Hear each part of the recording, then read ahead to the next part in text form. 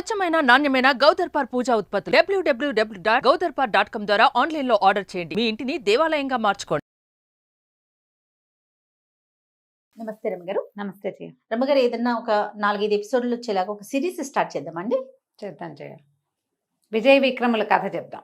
ఆ, విజయుడు విక్రముడు. ఓకే. ఇది నాకు పాత పుస్తకాల్లో దొరికింది జయ. చాలా కొంచెం పాతదే బుక్. ఏ సంవత్సరంలో పబ్లిష్ అయిందో కనపడలేదు, కానీ మానెం లింగరాజు గారు మానెం లింగరాజు గారు రాశారు దీన్ని. ఓహో, వారు ఎప్పుడు రాశారో, ఎందుకంటే భాష లేటెస్ట్ భాషగా లేదు, అదేలేండి. 70ల్లో భాష కాదనిపించింది. ఇంకా కొంచెం గ్రాంధికమైన భాషే ఉంది. మరి టఫ్గా ఉందని నేను చెప్పను, కానీ బట్ కొంచెం గ్రాంధిక భాషే ఉందన్నమాట. బాగుంది, మంచి కథ.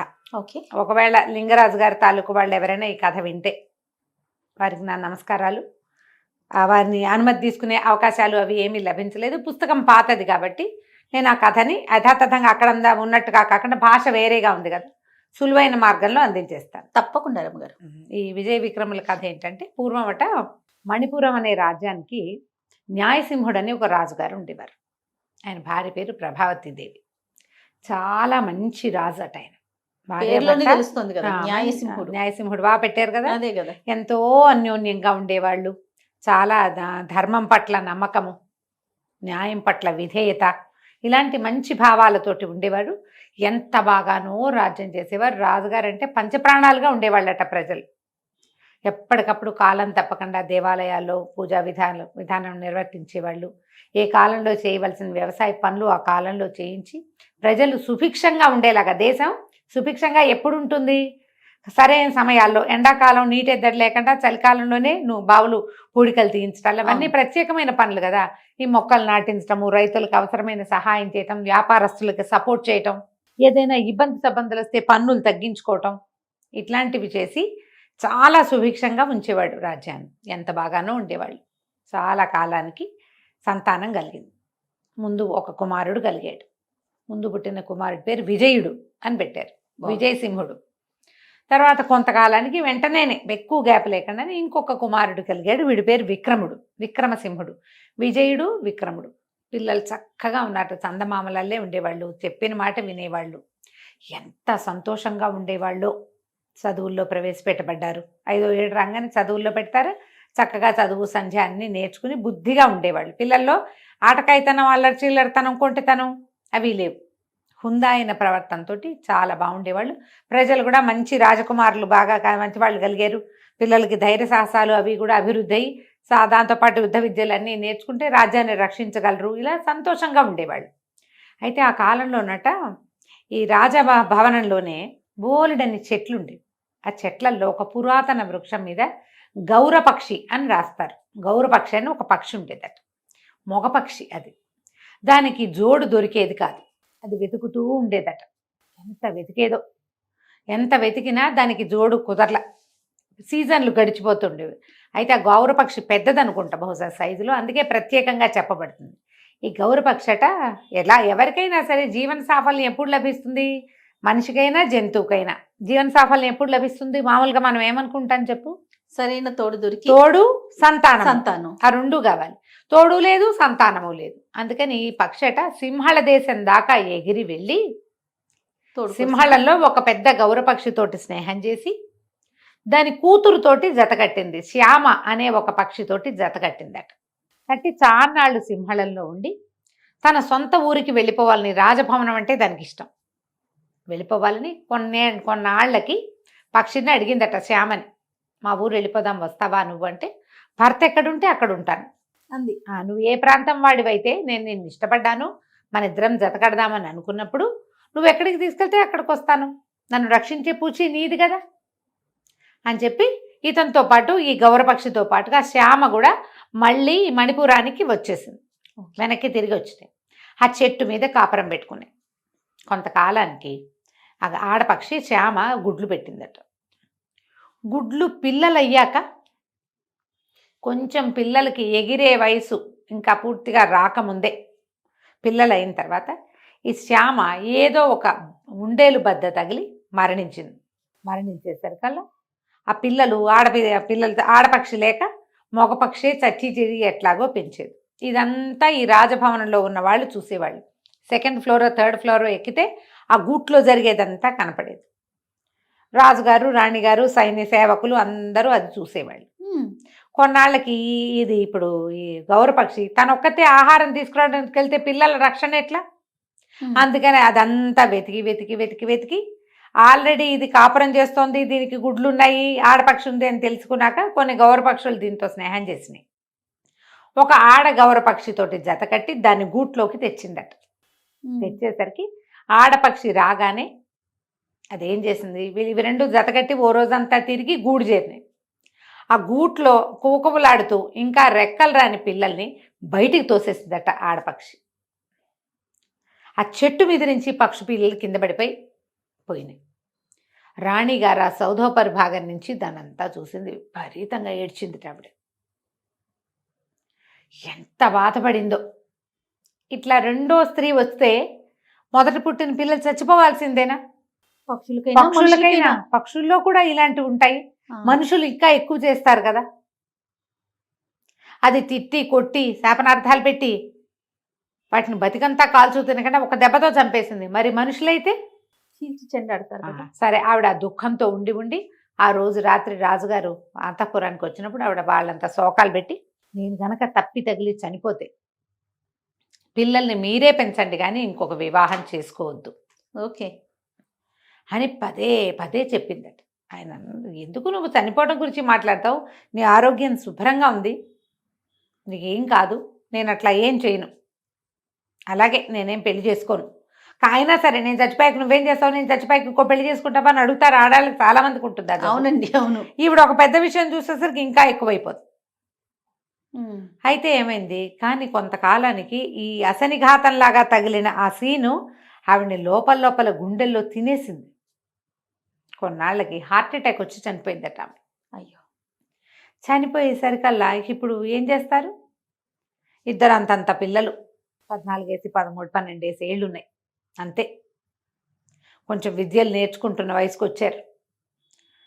రాజుగారికి ఏం చేయాలో తెలియలే, అంతఃపురం బోసిపోయింది. పిల్లల ఆలనా పాలనా సేవకులు చూస్తారు, కానీ తన పక్కన కూర్చొని రోజు అర్చన చేయడానికి దేనికి స్త్రీ లేకపోతే ఎట్లా?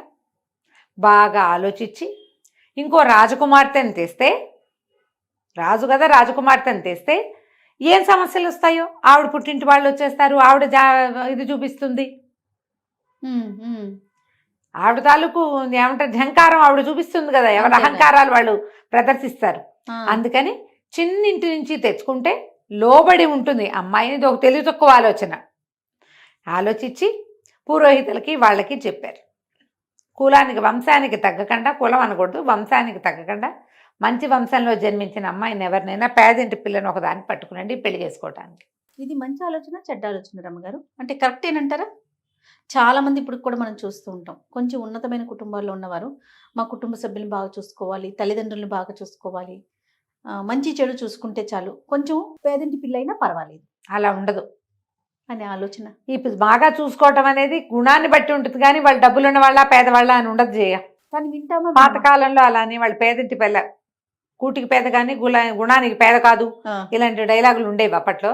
ఇప్పుడైతే అట్లా ఏమీ లేదు. ఇప్పుడు తూచే రైట్ తూచే. ఏ ఇంట్లో వాళ్ళైనా చిన్నింటి వాళ్ళైనా సరే గుణం, చూసే గుణం లేకపోతే, మంచిగా ఉండే గుణం లేకపోతే పెద్దవాళ్ళు లేదు, చిన్నవాళ్ళు లేదు. ఇలాంటి గుణాలు ఎవరి దగ్గరైనా ఉంటాయి, దుర్గుణాలు. దానికి పెద్ద చిన్న తేడా లేదు. వెతికి వెతికి వెతికి ఒక మహాద్భుత సౌందర్య రాశిగా ఉన్నటువంటి ఒక 16-17 ఏళ్ల అమ్మాయిని పట్టుకొచ్చారు. పిల్ల పేరు రత్నమాల, చక్కటిది. ఇంత అందంగా ఉండేసరికి రాజుగారు అమ్మాయి సౌందర్యానికి లోపడ్డాడు. ఆయనకు 40 వచ్చినాయి. మహాద్భుత సౌందర్య రాశి, చిన్నపిల్ల, యాక్టివ్గా చురుగ్గా ఏమిటో అదిగా ఇదిగా ఉండేసరికల్లా సహజంగా పడిపోతారు మగవాళ్ళు. అదే కదా. దాంతో ఈయన భార్య ప్రేమికుడైపోయాడు. ఆ అమ్మాయి వచ్చిన దగ్గర నుంచి ఈ మగపిల్లలిద్దరిని చూస్తే కళ్ళలో నిప్పులు పోసుకున్నట్టు ఉండేది దానికి. ఎందుకంటే ఇప్పుడు రాజుగారు తనంటే ఇంత వలపించుకుని ఉంటున్నప్పుడు నా పిల్లలకి రావాలి రాజ్యం, వీళ్ళకి వెళ్ళిపోతుంది. ఫస్ట్ భార్య ఏదైతే ఊహించిందో అదే జరిగింది. ఆ పిల్లల మొహాలు గిట్టేవి కాదు ఆవిడకి, విషపు చూపులే ఎప్పుడు వాళ్ళ మీద. అయితే ఏమైందట, ఒకనాడు ఈ మగపిల్లలిద్దరూ బాల్ ఆడుకుంటారట అంతఃపురం కింద బయట. ఉమ్. మరి చాలా పెద్ద పిల్లలు అయిపోలేదు కాబట్టి వాళ్ళ గదులు కూడా అంతఃపురంలోనే ఉన్నాయి. ఈవిడ ఒక పక్కన ఉంది. ఈ పై భాగంలో ఒక పెద్ద నీళ్ల కొలం లాంటిది ఏదో ఏర్పరిచారు. ఆవిడ అక్కడ స్నానం చేస్తుంది. ఈ కింద నుంచి ఈ పిల్లలు తన్నిన బంతి పైకి ఎగురొచ్చి నీళ్ళలో ఆ నీళ్ళలో ఉన్న ఆవిడ మీద గుండెల మీద తగిలింది. తగిలేసరికల్లా ఆవిడ పిచ్చి ఉద్రేకం, అమిత కోపం వచ్చినాయి ఆవిడకి, అమ్మాయికి. ఇక ఎట్లాగైనా సరే వీళ్ళని తీసేసేయాలి అని చెప్పి రాజుగారు వచ్చేసరికి రాజు దగ్గర విపరీతంగా ఏడ్చింది. వాళ్ళు వచ్చి ముట్టుకున్నంత సీన్ క్రియేట్ చేసింది. బా ఆ. ఆ పిల్లలని చంపి వాళ్ళ గుండెలు పెకలించి చూపిస్తే గానీ నేను నీతో కాపురం చేయను అని గట్టిగా పట్టేసింది. ముందంతా రాజు ఆలోచించి ఇదేంటి సౌందర్యానికి పడిపోతే చివరికి నా పిల్లల్ని కాకుండా చేసేలాగా ఉందే అనిపించింది. ఒక పూట గడిచేసరికల్లా ఏమనిపించింది, పిల్లలేమిటి మళ్ళీ పుడతారు, ఓరి దుర్మార్గుడు. అంతే. ఆ.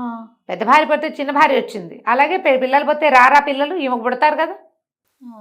అని భావించి కుమారులిద్దరి గుండెలు పెకలించమని ఆజ్ఞించాడు.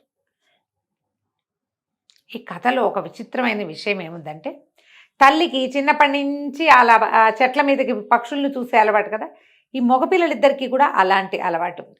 ఒక చెట్టు, ఒక దూరంగా ఉన్న ఒక వటవృక్షం మీద దృష్టి పెట్టి ఉండేవాళ్ళు. వాళ్ళు పెద్ద మర్రి చెట్టు.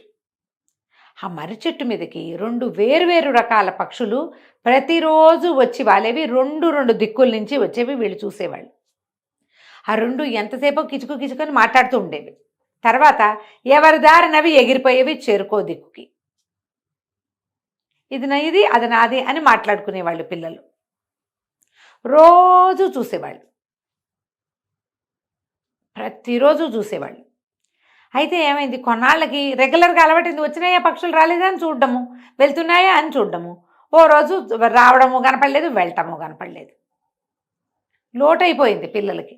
అదేమిటో చూద్దాము ఎందుకని ఆ మర్రి చెట్టు దగ్గరికి వెళ్ళారు. వెళ్ళేసరికల్లా 2 పక్షులు చచ్చి నేల మీద పడున్నాయి. అయ్యయ్యో ఇవి చచ్చిపోయినాయి, ఎందుకు చచ్చిపోయినాయో అని చెరుకో పక్షిని ఎత్తుకున్నారు. పెద్ద పెద్ద పక్షులు అవి, పాతి పెడదాం అలాంటి ఆలోచన చేశారు.